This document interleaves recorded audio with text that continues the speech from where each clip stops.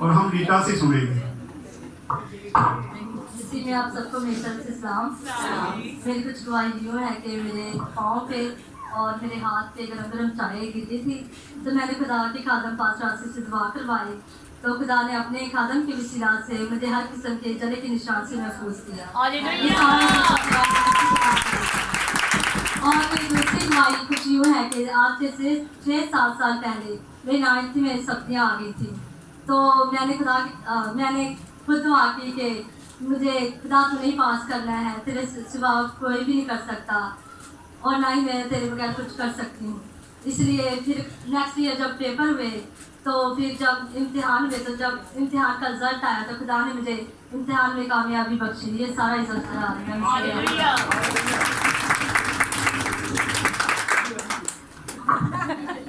پہلی گواہی جو اس نے دی ہے، اس کے پاؤں پہ چائے گر دی اور چائے بھی میرے لیے بنا رہی تھی. مجھے دکھ بھی ہوا.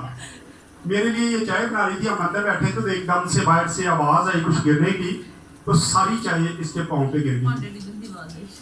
تو سارے پریشان ہو گئے تو یہ رونا شروع ہو گئی. میں کہا رو کیوں رہی ہے، کچھ نہیں ہوگا. تو اس نے کہا کہ میرے جسم پر پہلے ہی نشان بہت زیادہ ہیں کیونکہ آپ کو پتہ ہے یہ ولیسی مسئلے تھے اس کے ساتھ، وہ اس کا جسم بہت زیادہ خراب ہو گیا تھا. اللہ کا شکر کہ ابھی اس کا چہرہ اور کافی چیزیں آپ کو صاف نظر آ رہی ہیں، لیکن ابھی بھی پورا جسم اس کا صاف نہیں ہے. کچھ نشانات ہیں، ابلیسی مسئلے ہوتے ہیں. میں نے کہا کہ تیرے پاؤں پہ نشان نہیں پڑے گا. رو رہی تھی کہ نشان پڑے گا. میں کہا اگر تو ایمان ہے تو میں کہہ رہا ہوں کہ تیرے نشان نہیں پڑے گا، جلے ہوئے کا نشان نہیں پڑے گا.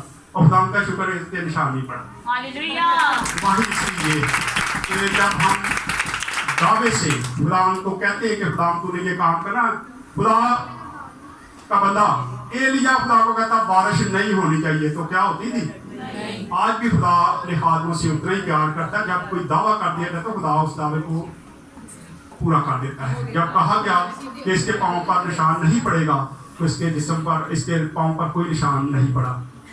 چلے جی.